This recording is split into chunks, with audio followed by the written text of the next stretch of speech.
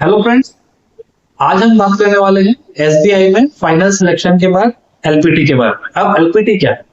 LPT मतलब language proficiency test. SBI का form भरते समय आपने अगर उसका नोटिफिकेशन ध्यान से पढ़ा होगा तो आपने उसमें देखा होगा कि जिस स्टेट से आप फॉर्म भरने वाले हैं उस स्टेट में एक पर्टिकुलर लैंग्वेज दी गई थी। उस लैंग्वेज को आप ठीक से पढ़ सकते हैं, लिख सकते हैं और समझ सकते हैं या नहीं।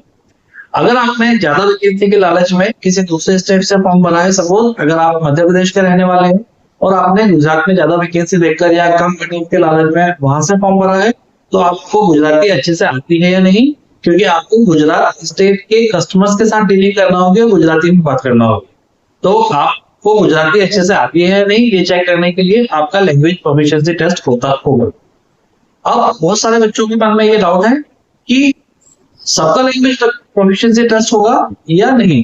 तो एक बात मैं क्लियर कर देना चाहता हूं कि आप जिस स्टेट में रहते हैं और आपने उस स्टेट की लैंग्वेज में 10th और 12th किया है या उस लैंग्वेज की एग्जाम सब्जेक्ट आपकी 10th और 12th की मार्कशीट में है, तो आपको एलपीटी देने की बिल्कुल भी जरूरत नहीं है। यदि आपने किसी अदर स्टेट से अप्लाई किया है तो ही आपको एलपीटी में अपीयर होना पड़ेगा, एलपीटी देना पड़ेगा। ये बात आप नोट कर लीजिए, एलपीटी सबको नहीं देना है। फिर से रिपीट कर रहा हूँ, एलपीटी सिर्फ उन्हीं लोगों का होगा जिन्होंने दूसरे स्टेट से अप्लाई किया है और उस स्टेट का सब्जेक्ट आपकी 10th और 12th की मार्कशीट में अगर नहीं है तो ही आपको एलपीटी देना है। एक बात। दूसरी बात, एलपीटी में होगा क्या, ये मैं आपको अच्छे से एक्सप्लेन कर देता हूँ। एलपीटी में आपको एक पैसेज दिया जाएगा। एलपीटी ये चेक करने के लिए होता है कि उस स्टेट की लैंग्वेज आप लिख सकते हैं, आप पढ़ सकते हैं और आप बोल सकते हैं। मतलब रीडिंग, राइटिंग और स्पीकिंग प्रोफिशिएंसी आपकी है या नहीं।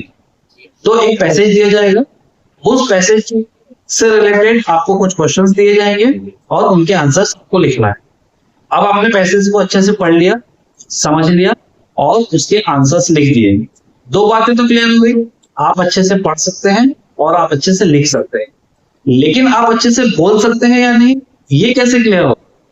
तो उसके लिए कोई एक आपसे उस लैंग्वेज में बात करेगा, उस लैंग्वेज में आपसे कुछ 2-4 क्वेश्चंस पूछेगा और आपको उसी लैंग्वेज में फिर जवाब देना होगा। सपोज आप महाराष्ट्र से फॉर्म भरा है आपने, तो मराठी में आपसे कुछ 2-4 क्वेश्चंस किए जाएंगे। अगर आप मराठी अच्छे से बोल पाते हैं तो आप उस टेस्ट को पास कर लेंगे। अगर आप नहीं बोल पाते हैं तो वहीं से आपको नमस्ते कर लिया जाएगा, आप वहां से वापस ससम्मान आपके घर वापस भेज दिए जाएंगे।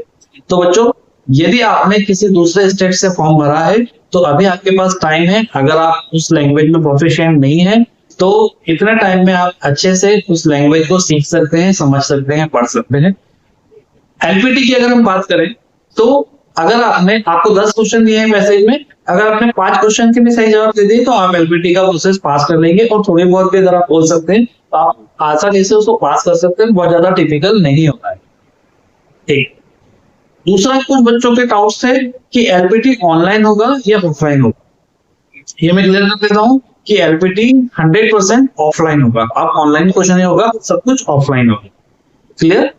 तो एलपीटी सब लोगों का नहीं होगा, सिर्फ जिन्होंने दूसरे स्टेट से अप्लाई किया है उन्हीं का होगा। एलपीटी ऑफलाइन होगा।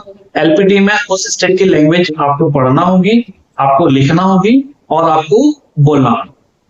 Thank you.